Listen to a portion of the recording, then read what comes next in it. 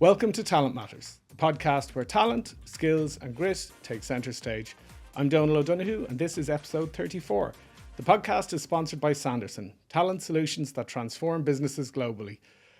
Today I'm delighted to be joined by somebody who has outsold Beyonce in Ireland and goes by the name of Lyra. Hello. How are you? I'm great. What a lovely introduction. There you go. You don't mind if I use that little clip, do you, at some can point use in my that life? all you my want. ringtone. You're the first person that's arrived to the podcast on a private jet. Oh yeah, I'm so bougie, aren't I now? That was a little treat, as I was saying. I don't normally fly private. It's normally good old Ryanair $12.99 where you're squashed in, but it was a little treat, I'm not going to lie. Has to be one of those pinch me moments, doesn't it? Yeah, it's pretty mad. Like, I get really awkward. I don't know what to do with myself. I'm like, hi, and I just get really clumsy, and they're like, take a seat, madam. I'm like, okay, where do you want me to go? I don't know what to do. I was like, do I put my liquids in a plastic bag? What do I do? And they're like, no, you're okay. I was like, oh my God, I so look like I don't fit in here. They know I'm faking it. They know. It has to be done. Well, before we get into some of those pinch me moments, what we love to do on the podcast is rewind back to the beginning to understand a little bit about life growing up. So we all know you're a Cork woman. So tell us a little bit about growing up in Cork. What was life like for you? I loved it. You know, the early part of my life was so much fun. I'm from an amazing family and we get on like a house on fire, which is great. And I suppose I spent a lot of time with my nan when I was growing up. She pretty much reared us. You know, my mum and dad were off at work, God bless them, and a lot of country living. I know I don't look like a country punk when I hear in full leather outfit, but like I was in the sticks making mud pies with my sister and my brother and my cousins, and had a very normal upbringing, which was great. I loved it. What was school like? School was good. I found school really hard, to be honest with you. I'm not massively into the academics, hence why I just loved music and always wanted to do music. So always more creative? Always more creative. Like, it was the place I really excelled. Like, you know, sometimes I'd have the same teacher for like something like music and then another subject, and like in the other subject, they'd be like, oh my God, here comes one. But then in music, they'd be like, oh my God, how are you today? They'd love me because I just was, I suppose, better at that subject myself. But I did struggle in school because I got bullied quite a bit, which I know I look like someone you're like, don't mess with me, but I did. Talk to us about that, because I remember when I was researching for this, I saw a lovely post that you put on social media where there's a big Lyra billboard and you're signing it and you're kind of saying, kind of up yours to the bullies, which has got to be a nice moment. So, but tell us a little bit about the bullying side of things, because I think everybody experiences it at some stage. Yeah, they do. And, you know, we still experience it as adults as well. But, you know, had a bit of it in primary school. Just like the whole, like, you know, I always say the slogan of my life growing up was, who does your aunt think she is? It was kind of like that. Begrudgery, isn't it? Yeah, And like jealousy. all the time. And it just really knocked my confidence, and I was kind of like dulling myself down a lot growing up. And then I actually moved school because of bullying, and then I went to another school and it kind of was happening there too. And then I went on to like obviously secondary school and it still was happening there. So like, I don't know, I just felt like, is there something wrong with me? Because everywhere I go, it seems to be a thing where people just want to knock me down a peg or two, or a few pegs or two, you know. And it was kind of sad because I love being out there and I love being a bit dramatic. You know, obviously in the music industry, it's fun. And I like to be a bit more loud. I like to say what I want to say, wear what I want to wear. But growing up, that was not a case. I kind of had to almost pretend I was someone else, a bit, you know, fade into the crowd and don't be noticed and don't be noticeable so that you don't get that bullying. And it was just very sad. And I used to go to, you know, the underage discos and be worried where I'd come back with a full head of hair or the head be ripped off me, or it was just a nightmare. I really, really did not enjoy it at all. And one of the things that can happen in those situations is that adverse effect can really build your grit and your backbone and your determination and your drive. Like what impact do you think dealing with those kind of things had on you? I think, you know what, it was at a point where my mum turned around to me and she said, you know, you never have to apologise for being yourself. And it was that just one line really sunk into me. And I was like, yeah, why am I? Like, why am I always like, oh, I can't do this or I can't do that? Or like, oh, if I really be myself, you know, something bad's going to happen to me. So I kind of took that on board. And I feel like it kind of got to the stage where the people who were bullying me were like, sure, look, she's absolutely fucking weird. Let's just leave her alone. We're not going to change her. Let's just move on. And it kind of worked in my advantage. And then kind of coming into the music industry then, you know, when you do get the knockbacks at the start, which a lot of us do, and you get told you're not good enough, or your voice is too loud, or you don't look good enough, or you're not skinny enough, or you're not this enough or that enough, or you're never enough, basically. I kind of feel like maybe from growing up with the bullying in school that I was a bit more like, you know what, maybe I'm that to you, but somebody else is going to think different. And I'm okay with that. You're not the person for me if that's what you think of me. So I'm happy to move on. And it wasn't like oh, I'm getting bullied again, I'm just going to go home and cry myself to sleep and give up. It was not going to happen. It's such a strong message for people though, isn't it? And tell me about funneling your energy into the creative side of things then. So when did you realize that there was something there? Like, how young were you when you realized the kind of musicality was there, the creativity was there? So I kind of always knew that I had some form of musicality. Like, you know, when I was growing up, I'd always be singing all the time with my sister, and my mum's a great singer. I'm from a family of great singers. I do feel like the Irish nation are just like great singers in general. It must be the lilt we have or something. But, you know, there'd be Christmas parties and my aunts and my mum would always be like, go on up there now and stand by the fireplace and give us an old tune and blow the tin whistle and do this and do that. So we were always performing at everything we went to, and I always loved it. So I always knew that there was something into me that had a fire for music. But it actually wasn't until like later and like much later that I decided to start writing music. And that's when I decided I could give this a crack, because let's not lie, there are so many fantastic singers out there. Like, God almighty, there's loads. I'm like, I know so many. So I knew I needed to have another string to my bow. I couldn't just be this singer. So when I started writing, and Emerald was one of the first songs that I wrote, and I wrote it about my nan because she was ill and I knew she wasn't going to be around for much longer. God bless her, she was a nervous wreck of me going into the music, and she's like, you're never going to be able to afford your rent, you're going to be broke for the rest of your life. And I was like, you're not wrong there, but sure, look, we'll go with it anyway. So I was like, I'm not just going down to the pub singing Caledonia for a few free pints, like I'm actually writing my own songs. I'm really going to give this a go. So I wrote Emerald for her. And that's when I kind of discovered I can do this. I put it up on SoundCloud and it just went mad. Everything started working for me. And that was a demo that I'd done in the garage with my friend that I actually had to end up removing because it was that bad. And like almost redoing it to put it back up properly. But in that space of time, I'd been called into a lot of major record labels over in the UK. You know, Niall O'Donoghue gave me my first break on Striking Out, where he synced Emerald. And in the press, it was like, Lyra's having her own Kardashian moment. And people were just shazamming it to death. Like, who is this girl? What's happening? And it was the start of something that I said, right, I can do this. I can write my own music and sing it. This is what I want to do. Amazing. And how do you write? Like, what's your process like? It has to be almost like a diary for me. So like, it's very much in the moment of how I'm feeling. Like, I wouldn't be able to bait myself in the studio and they'd be like, you need to write a ballad today. And there's me like on a high for having a great night with my friends. Like, that's just not how it works for me. I'm like, you know what, guys, I'm pretty depressed today. I'll give you the ballad. It has to be about something that's happened to me in my life that I can really dive into emotionally and tell the truth about it and really relive that feeling and put it into both the lyrics, melody, and then the production, which I love to be pretty hands-on in my production to kind of get the sound across as well as the story. It's very important for me. So that's kind and of does it vary? Does sometimes it start with the lyric rather than the melody, or sometimes with the melody rather than a lyric? Yeah, it can start any shape or form. Like, you know, the ending that just came out, actually I wrote a couple of years ago, and it was a completely different song because I was in a really sad time of my life where I had went through this massive breakup, and it was like the ending was all like, oh, woe is me, he doesn't love me, blah, blah, blah, all this crap. And then I revisited a few years later when emotionally I was in a completely different space where I was like, you know what, actually, the way you broke up with me was so bloody mortifying for you that I'm going to tell everyone, because everyone thinks you're the golden balls of the nation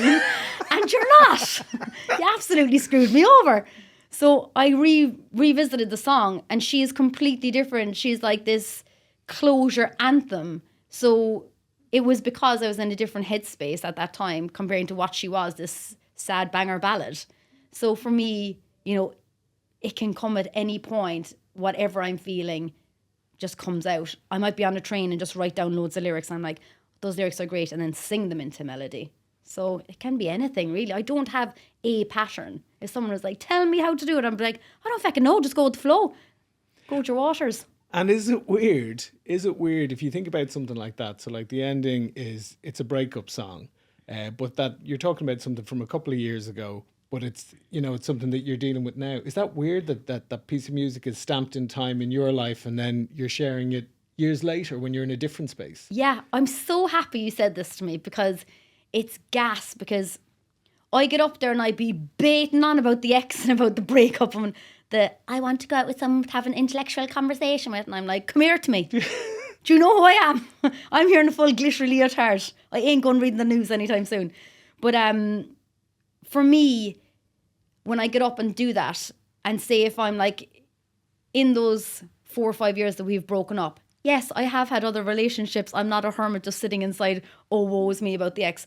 And then my friends message me like, oh my God, have you and your man broke up? And I'm like, no, that's about the ex a couple of years ago. It's just the song's only coming out now. So people are kind of like taking it in real lifetime kind of timestamps, whereas it is about a very old one. But I love going back there because I think that's the power of music, that like I can listen to the ending now and still go back to a moment where I felt powerful about it being the breakup.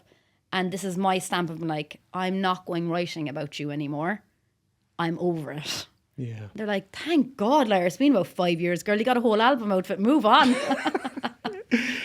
Tell us a little bit about your influences, because from a music perspective and from a style perspective, you're very unique. But I'd love to know who influenced you or who you admired as artists growing up.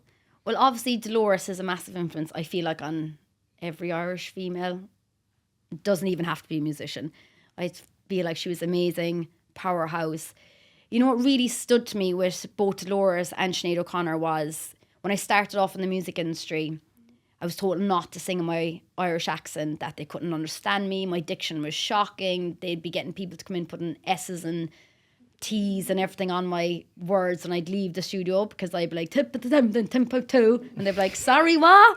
And listening to those vocals in their true, raw Irish identity gave me the courage to be like, no, I can sing like that. That's who I am, and I'm going with it. And I feel like that's what now makes me, you know, stand out a bit vocally, that I have kind of retained that originality in my dialect, I suppose. And without them, I don't know if I would have had the courage to do it, because it was trying to get bait out of me for so long. I don't know what I went with that, and turned around, and when I started singing, turned into somebody else. So I do owe a lot to those two females that I listened to growing up, you know.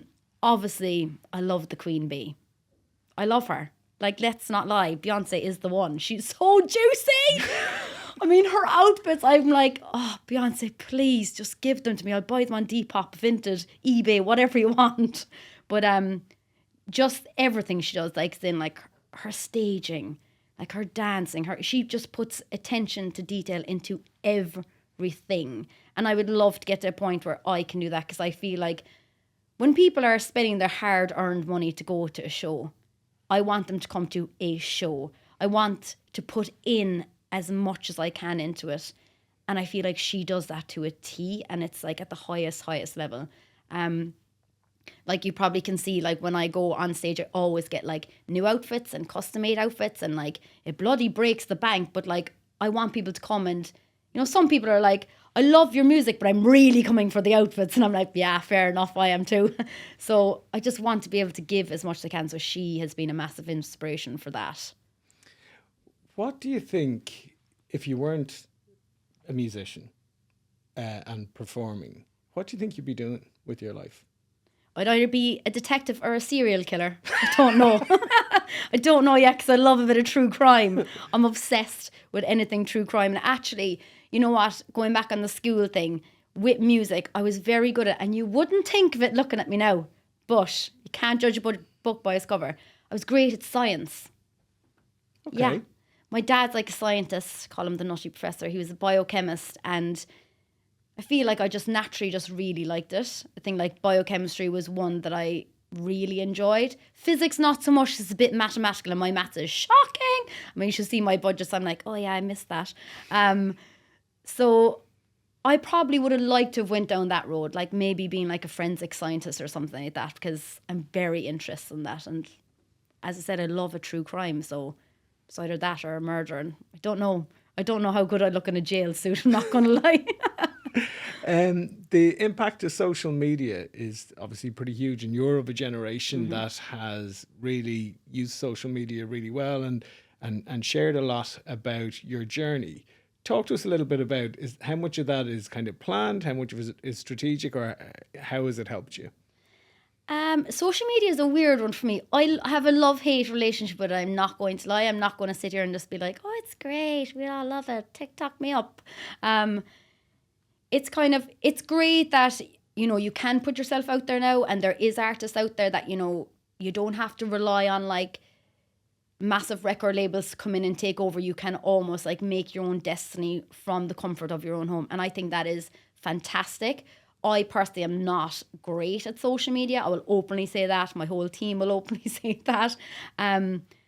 Just because I'm more of an in-person kind of person, I suppose. I love having this conversation with you right now, meeting people. I feel like that's where you really get to know the true me. Whereas like if somebody puts a phone in front of me and presses record, I feel like, I don't know, am I being authentically myself? So I'm kind of not fantastic, but I'm learning how to try and let that barrier down and show people the me behind the screen on the screen. But it is a kind of a process for me.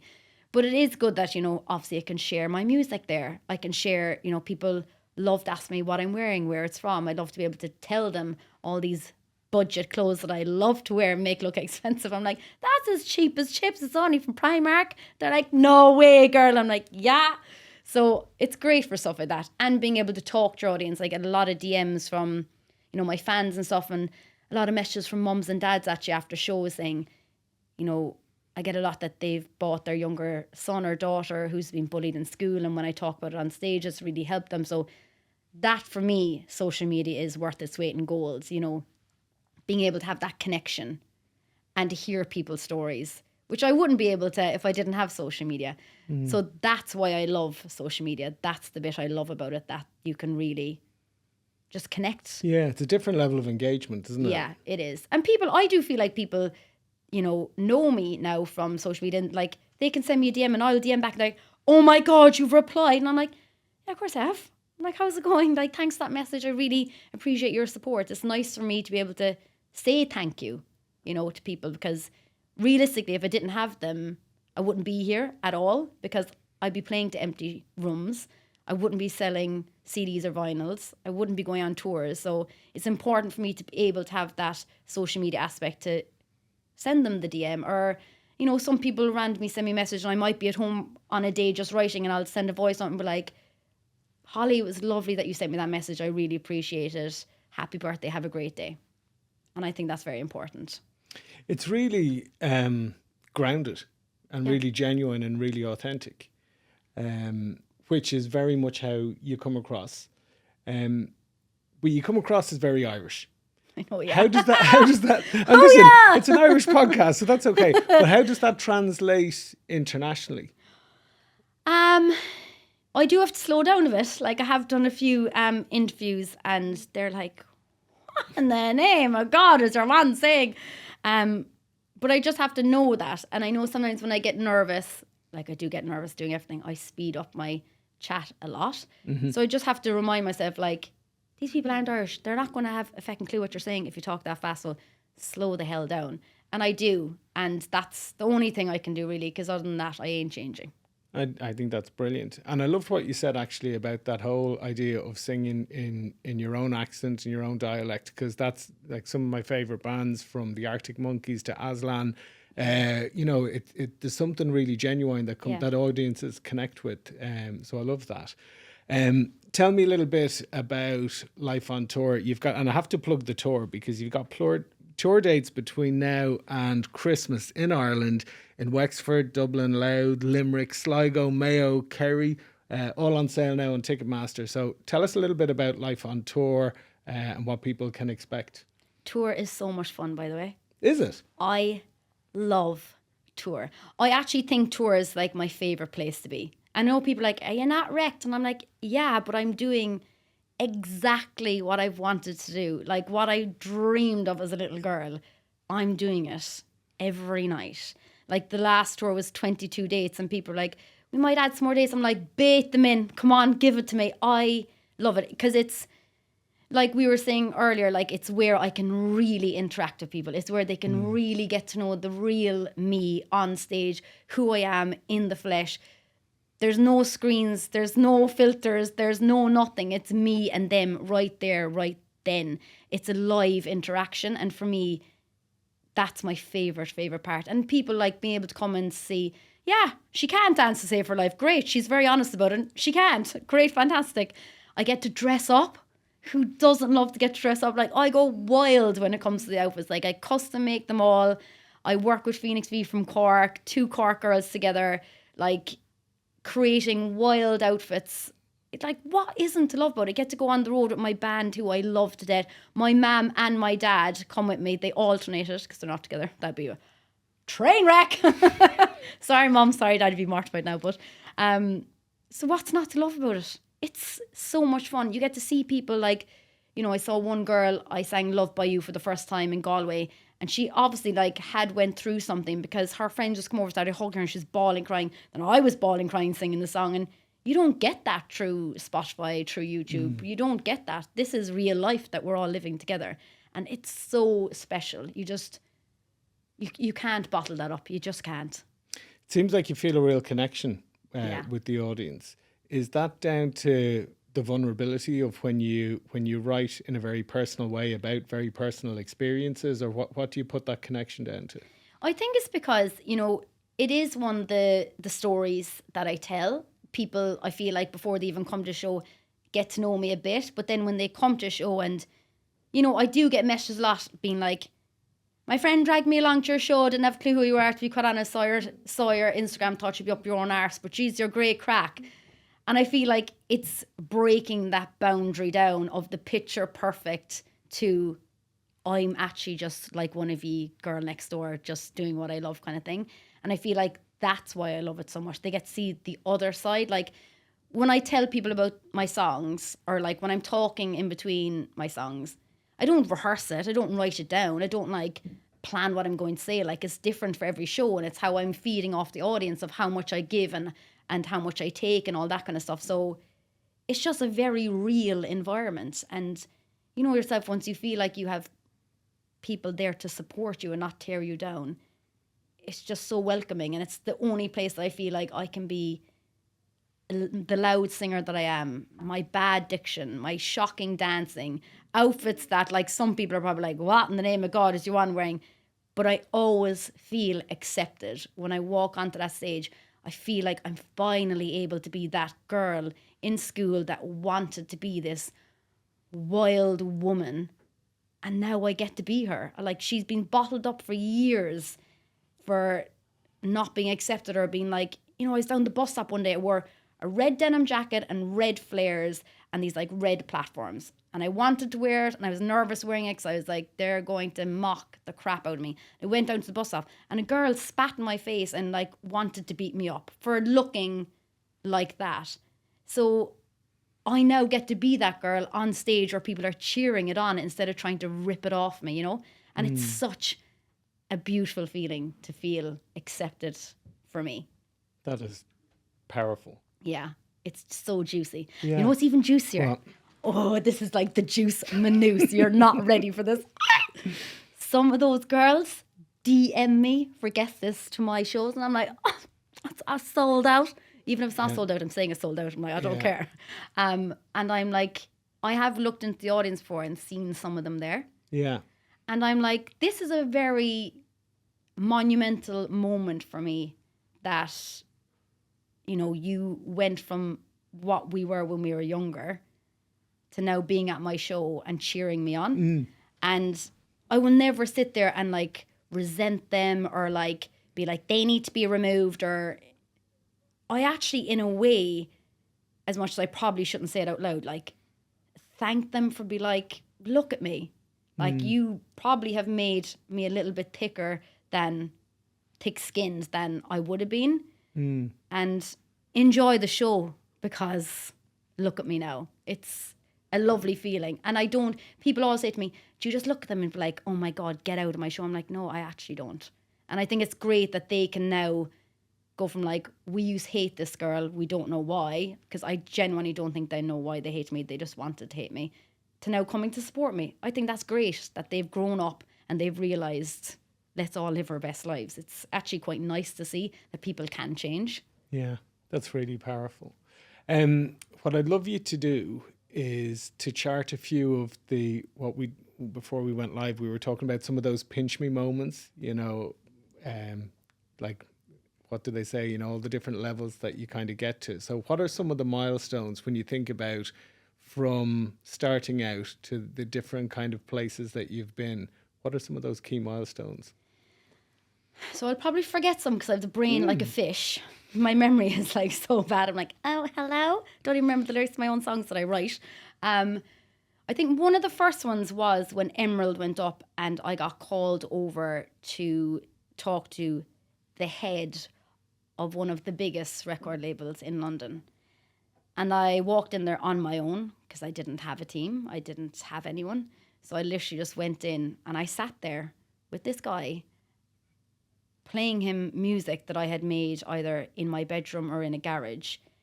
And I was like, how have I got here? Like, how have I managed to get here on my own and I'm sitting here? I don't know. It was a very like, well done. Like, congratulations. You've got the attention of some really big people here on your own. So that was definitely one for me. Then obviously, I know this sounds so weird and I'm not just saying because she's outside the door, but the day I met Caroline Downey and she took time to listen to me and really felt like Caroline understood me as an artist in my true form without ever asking me to change anything. She just really believed in me, and it was the first time in a long time that I had somebody who I felt like, you get me and you really accept me for the artist who I am and I want to become, because we're always evolving. And like the next step of Lyra, like album number 2, she's already planned and I'm like, and this is where I want to go now. And I always feel like she has my back. And I suppose the day that I asked Caroline if she'd be interested in managing me, and she said yes, was a massive milestone for me, because she's the most amazing woman. I find her extremely inspirational as a woman, as a businesswoman, everything. So that was a big turning point in my life. And I feel like if I didn't make that move, I probably wouldn't be sitting here with you right now, to be quite honest with you, because she believes 110%. And then therefore the team that Caroline has around me and around her are also of the same mindset. So now I'm in a very strong team, and I do believe you're only as strong as the team you're with. I know I'm a solo artist and I make a lot of decisions and I write the songs, but if I don't have my team to back me up, I'm going nowhere. Yeah, because it's a lonely journey. Yeah. And I didn't have that in my career at the start. Even when I was signed to majors, I didn't feel like my team believed in me. I was always being changed. I was always trying something else, trying to sound a different way, trying to look a different way. So that was a massive moment in my career. What else is there? I feel like there's been a few, and I'm like, going on tour at Westlife actually in the UK was brilliant, because I hadn't really been to the UK, didn't have a bloody clue who I was, but everyone knows who Westlife is. Like, they were queuing at 3:00 in the snow up in Cardiff, and I was like, oh my God, the doors aren't even opening till 7, and it was Baltic, like. So doing that, because you know what it made me realise as an artist? The amount that it takes to put on a show like that. And Westlife put on a great show, to be fair to them. They're huge shows. And like, we only see like the lads on stage and their band. And what you see is kind of like, out of sight, out of mind, what they say. But like, behind that stage, the amount of people that I didn't even realise. So it was really eye-opening to be like, if I want to get to this level, this is what it takes. And it gave me an extra fire to be like, I want to be on these massive stages. I better get fitter because I was blowing. Oh my God. I was like, I have to go to the other side of the stage and the chorus is coming up. What am I going to do? They're massive. You need bloody a full-blown PT to get there. But How were the nerves getting out in front of that size crowd? at the start, it was bad because they're not there for me. They don't have a clue who I am. I'm this girl coming up before Westlife wearing half nothing and going around like a banshee. So they're probably like, what in the name of God is going on here? They're probably like, I don't know. It was like, I was always trying to win them over. But after the first couple, I was like, girl, just go out and bloody enjoy yourself. Look at the size of that stage. Like, go interact with the audience. Even if 5 people turn around and like you, it's a win. So I just at the end went ham and just went crazy. And it was good fun. And it was good for me to see at that stage what it's going to take. So that was another one. I'm sure there's been loads. Obviously, I support this Sting and Blondie. Hello, can I? And Pink. I was like, oh, hello there. That was pretty cool. But I think they would be like my main ones. What do you think is the biggest challenge that you've had to overcome?